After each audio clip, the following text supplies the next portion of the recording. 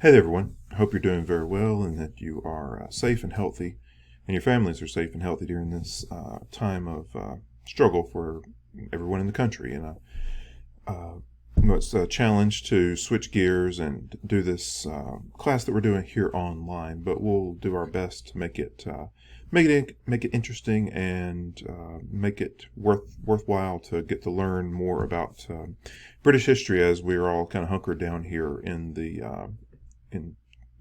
quarantine era. This quarantine in itself is going to be an interesting thing to study in world history in coming years. But for now, we'll have to look backwards at the past. So we're going to jump in here today with more on World War II. We wrapped up previously, which seems like a very long time ago, dealing with the War in the Shadows, I believe, and talking about how all of that played out. One of my lights just lost. Sorry. Trying to make it all work here at the same time. It's a little tricky. I'm getting used to this as well. So we are here digging into what people tend to think of as the war proper. Getting into continental Europe. That's where we are focused for the day. And so let me pull that up here and we will jump in. Excuse me.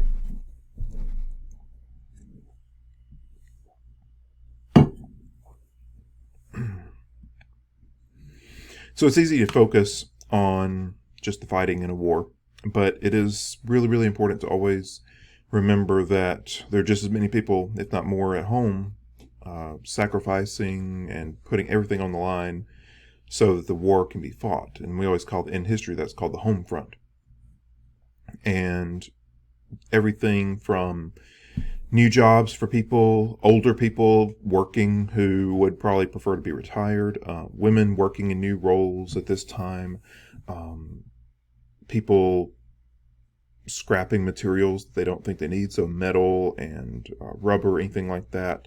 And also rationing. A lot of countries had to put rationing into place, so you could only get certain amounts of protein or flour or all sorts of different products. Here you can see these ration coupons for bacon and ham, or these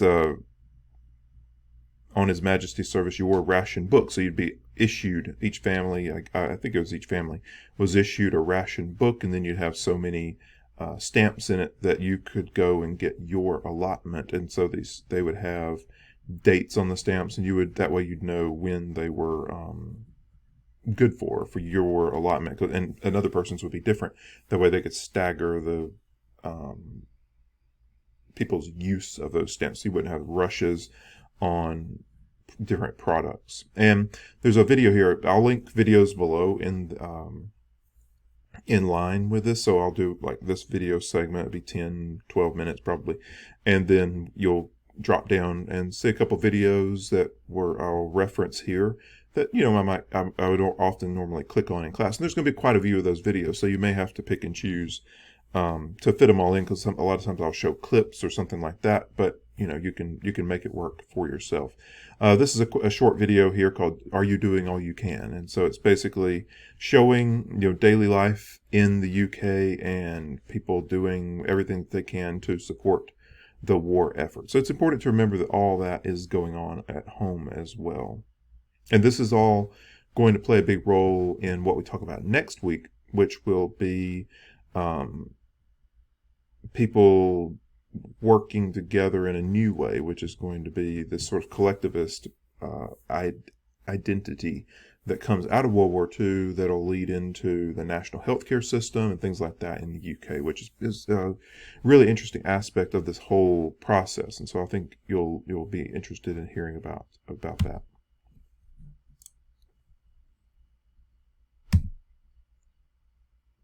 All right, so one of the important factors of the war, and it's often forgotten, even though, I wouldn't say it's forgotten, but we don't think about it a lot of times in the same line as the other battles, but it was important. So during the war, back and forth back and forth, back and forth.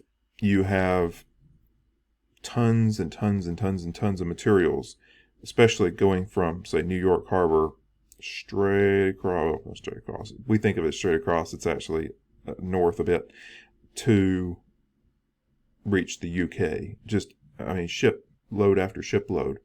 And all those ships that are going in that direction are really under a great threat. And that threat is the German U-boat. This was a very advanced, submarine that the Germans were able to develop. And it's basically like all of those ships that were going back and forth across the Atlantic were swimming in the water with sharks. They were under a great threat in all of this. And the Allies had to pretty quickly, I mean, they had dealt with it a little bit in World War I, but now everything is much, much more advanced. And the Allies really do have to develop a lot of systems to mitigate that risk, to fight back against it. I think the peak was some 200 U-boats were operating in the Atlantic in 1943. And so you could just imagine how scary that was for convoys, for fighting ships and defensive ships and all those that were going back and forth. And so it's a real challenge. Over the course of the war, the Allies lose somewhere between 75,000 and 85,000 personnel on the Atlantic due to U-boat attacks. So it's a very, very real threat.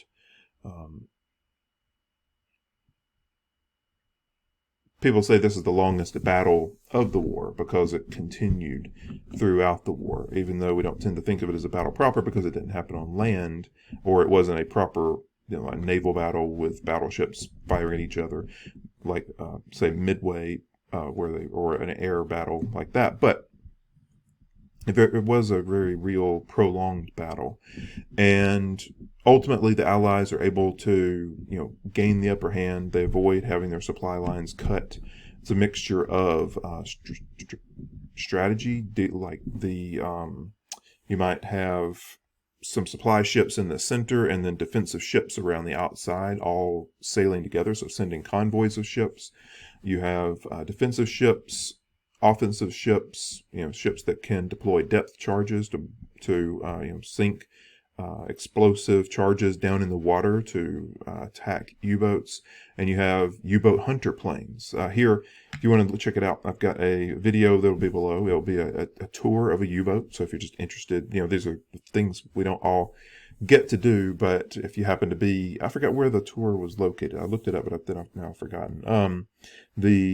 But there's an actual full-sized U-boat there that you can actually go in and visit all the cabins. And there's also a video, it's very, very short, of B-24 Liberators attacking U-boats. So it's just archival footage, but it's neat to see. This is a cross-section view of a U-boat. So the engine being here in the center, and then you can see the torpedo launching room here, and cabin for sleeping, and all that here. So it's pretty bare bones. They're relatively small. We tend to think of submarines in terms of the way that they are today, which are these massive vessels.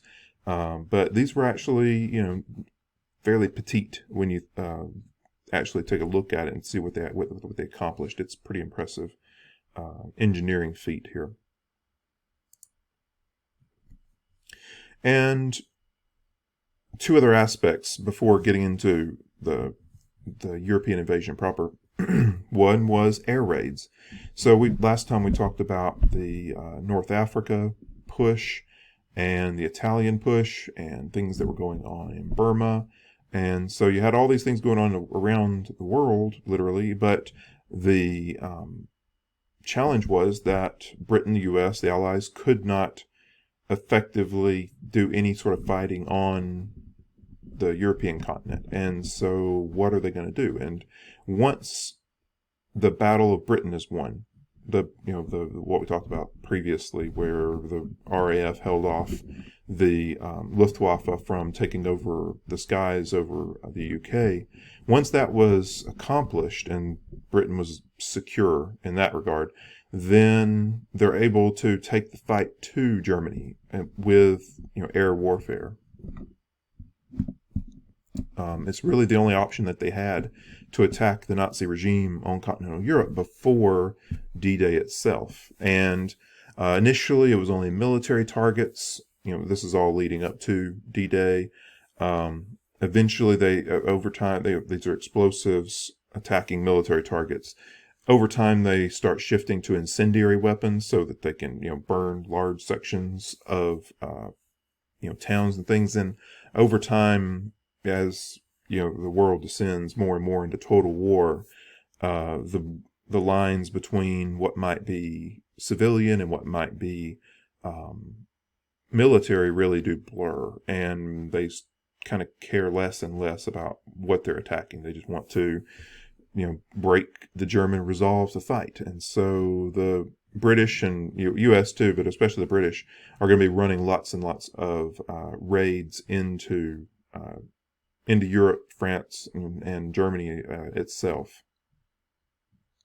They actually made one daring raid to attack Berlin very, very early on, like really, really well back toward the Battle of Britain.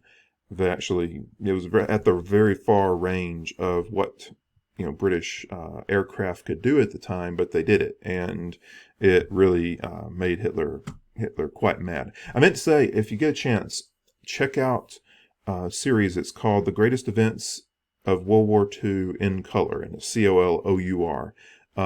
It is a British series that was purchased by Netflix, or they're leasing it for the time being. It's on Netflix right now. Just recently, I watched the Battle of Britain episode.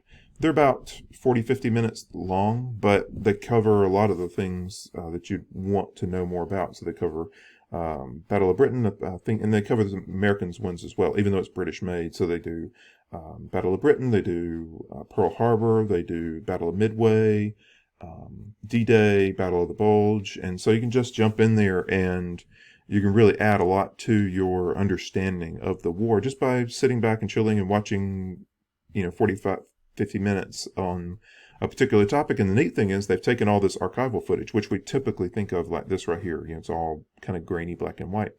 And I actually don't know how the process they use, but they colorized it, and it must be laborious to make that work.